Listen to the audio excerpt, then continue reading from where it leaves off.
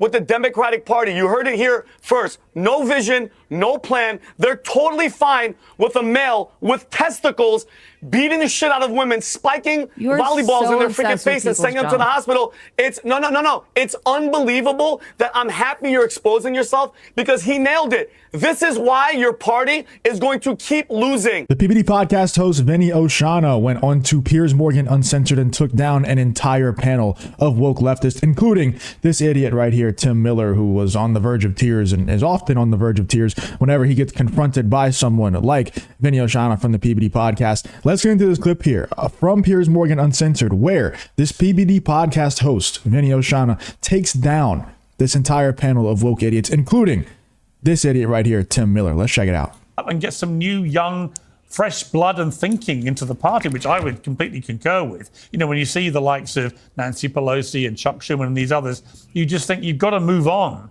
now, and you've got to find a new, coherent voice that's going to get people to vote for it and have a view for America. But it can't be the progressive left, can it? Haven't we just seen with the last election an utter repudiation of a lot of what the progressive left stands for? So if you end up with AOC as the standard bearer going forward, I think you end up losing again.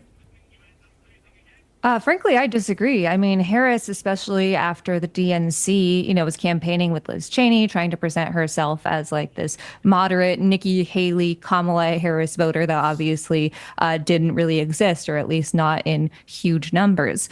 I think what a lot of us call progressivism is really just common sense. I mean, my big vision for the world is that every American should afford housing, groceries, and healthcare with money left over to save and spend. And that doesn't seem like a very high bar, and it's not for any of our peer countries, but it is here. And neither party is truly messaging on that. I mean, you have on the right now, having tax cuts that benefit the super rich, but not the average American. And these tariffs will cost the average American, I think, about $4,000 every year. And as for Democrats, there are a lot of them that are more interested in their, corporate donors and trying to always cater to this very like milquetoast vision, when both parties should be going towards that idea. Housing, groceries, and healthcare with money left over to save and take your kid to the zoo or go to the movies. But the reason people don't focus on those things or talk about them is that on the progressive left, you'll also have people at high levels of the party come out and say with a straight face, we think biological men should be in women's sport. And the moment most average Americans hear that, they do what you just did. They roll their eyes and go, you lot are insane. And you're doing it for a different reason. You're doing it because you think I'm insane for saying that. But I can tell you, as somebody who's always been pretty liberal, I think that strategy was completely insane. The idea that you would let your leaders go out and propagate such bullshit, which most Americans... Yeah, it's absolutely hilarious that, number one, this woman right here is going to defend the fact that biological men can compete in women's sports. It's just stupid. It's even outside of the safety issue, right? Even if we're talking about just like basketball, right? It's not a combat sport necessarily. There can be some physical, altercations and things like that, but it's not a combat sport. It's not boxing or MMA or anything like that. But it's still just ridiculous to allow a biological man to go compete against women. Like, we have to accept the fact that men are just physically superior in a very drastic way to women. And so when they compete against them in sports, the women are going to lose very badly. But also, even outside of that, if you're a left winger, if you're a liberal, if you're a Democrat and you want to win elections, it's just a bad strategy. Like Piers Morgan is saying right here, it's just a bad strategy to try and run on those things and try to convince people that those things are not ridiculous, that those things are not insane to advocate for. Like, why is this woman right here, if she really wants the left wing to win, why is she trying to defend the fact that they're running on and they're trying to push these ideas that the majority of normal thinking Americans thinks are absolutely insane? That doesn't make any sense. With any vein of common sense, as you call it, no is bullshit. That then allows exactly what happened. The Republicans to run with that and say, look at these people, they're nuts. Yeah, I mean, I do think the Democratic Party has a messaging issue, but I think this is less about the Democratic Party and more about right-wing media, which I watch and analyze for a living, or at least before I started running for Congress, there's been plenty of research talking about when people transition, how it doesn't really impact their effects in sports. This is a very, very, very tiny percentage of the population. No, it's complete bullshit. Sorry, I'm sorry. Can I please finish by the way, this? I'm not right-wing media. Yep. In any shape or form. I'm not saying you are. But I'm just telling you, I'm not, and I think it's bullshit. The idea that it's a small thing, it's not. You're seeing it more and more and more and more and more. There are millions of people, young people in America identifying as trans. This problem is going to get worse and worse and worse. And the issue is about women's rights to equality and to fairness and to safety. Nothing more than that. It's not about the trans. Amount of trans people I want in the same. sports in the first just to be place clear, is I want the same. minuscule. Hang on, Kat. I want the same for trans people, but not at the expense of women's rights. That's what it's about. And if you can't have a Democrat Party that stands up completely rock solid for women's rights because it's far too concerned with promoting a trans agenda where it erodes women's rights, you're never going to get re-elected as a party, ever. Okay, this is the thing.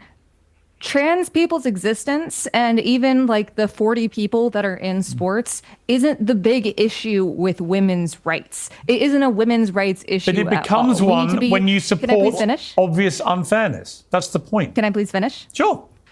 Thank you. The thing here is you have Republicans right now in the state, at the federal level, that are saying we need to check children's genitals to make sure they're the right ones before they play. That's a harm to children and women. The SAVE Act, which is going to stop millions of married women from being able to vote if they don't have their birth certificate and proof of their name change, that's an actual harm to women. Trans people existing, and in like one state that did a law against trans kids being in sports, there was literally one trans child that was in any sport who was supported by their own team. This is lawmakers at the state level, people that are being paid, that are full-ass adults, that are bullying children. So just to be clear, so just to be clear, you would personally like it to continue. You think it's perfectly okay for biological men to compete in women's sport. Is that your position? Yes. Okay. I don't mind trans women being in sports. Okay. Then this is the problem. Then, Kat, with respect to you, I beat them. Kat, with great respect to you, I'm very glad you're not running this issue in America because it is grotesquely unfair to women. Vinny, final word to you, then I'll come to... It's like the most ridiculous arguments ever, where they're like, it doesn't matter that much that men are competing with women in sports because there's only like 40 of them. Imagine if we said that about like serial killers. It's like, oh, like we should probably just like let them go. You know, there's not that many of them out there. So like we might as well just let them go. Like just let them go kill people. It's all right. It's not that many. It's just such a ridiculous argument. And you could say, well, those two things, they're not one-to-one. And you're right, they're not one-to-one, but it only really takes one incident, right? Like, I mean, it really is just so sad to even think about. But these girls that are competing in sports, they have parents, they have families and stuff like that. So imagine, it's your daughter going to compete in a boxing match or, some kind of combat sport. And they have to go against a biological man. And imagine something happens where they get extremely hurt or worse. It only takes one incident, and I feel like these people are just kind of heartless and they don't really think about those things where there is actual consequences to this happening. To Tim for his final word. Well, she just said it. I don't like you're spitting out these numbers.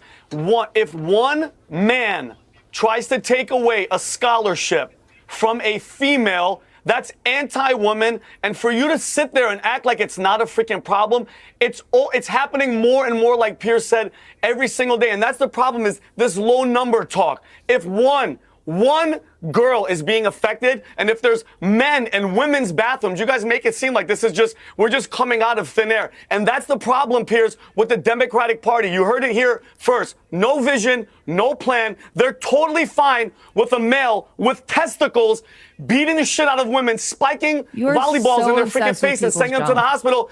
No. It's unbelievable that I'm happy you're exposing yourself, because he nailed it. This is why your party is going to keep losing over and over and over, because you guys are standing on issues that it's so common sense. Men should play with men. Women should play with women. And if you don't think it's affecting women, go ask all these girls that are losing scholarships to men with freaking testicles that are beating the shit out of them in sports. Yeah. It's unbelievable that you think like that. Okay, Tim, I mean, I think, Tim, the wider part, I don't want to, relitigate the whole trans thing, but I think the point is, as the Democrats try and find a new voice, a new way to compete, and a new way to win, I just feel they have to go down the Gavin Newsom route of abandoning just propagating all this progressive far left stuff. Otherwise, yeah, like Vinny was just saying here, Vinny from the PBD podcast right here, like he was just saying,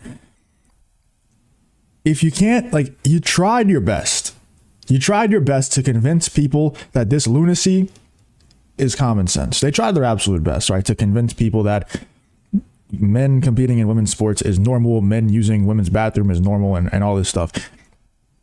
They tried. It didn't work. People are not accepting of it, and that's why they're losing elections. That's why they're losing so much power in the cultural war. That's why they're losing. And they continue to still stand on these ideas that just make no sense. It's great for us. You know, it's kind of frustrating to watch. It's frustrating to listen to.